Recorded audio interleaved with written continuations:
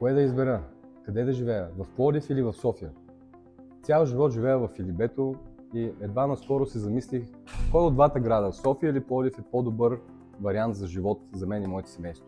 И естествено, като консултант за недвижими имоти, реших първо да видя цифрите. Аз много обичам цифри. На първо място, разликите в цените на това да си закупиш недвижим имот в Пловдив и София са следните. Изкарал съм ви една статистика и нека да я сравним заедно.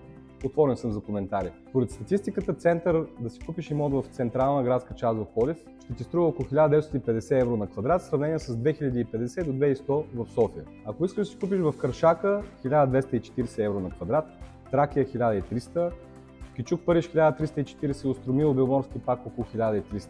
За сравнение, Сердика, София 1650, Оборище 2800.